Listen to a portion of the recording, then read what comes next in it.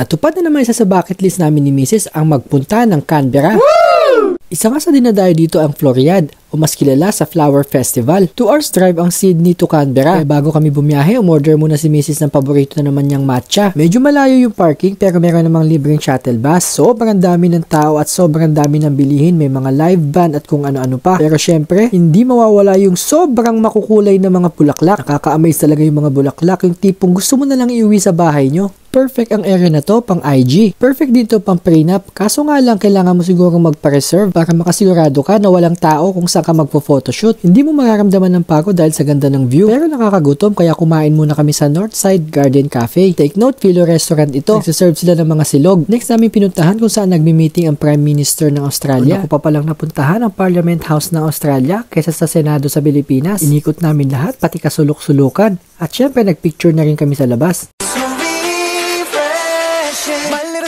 Pop. You're all I can think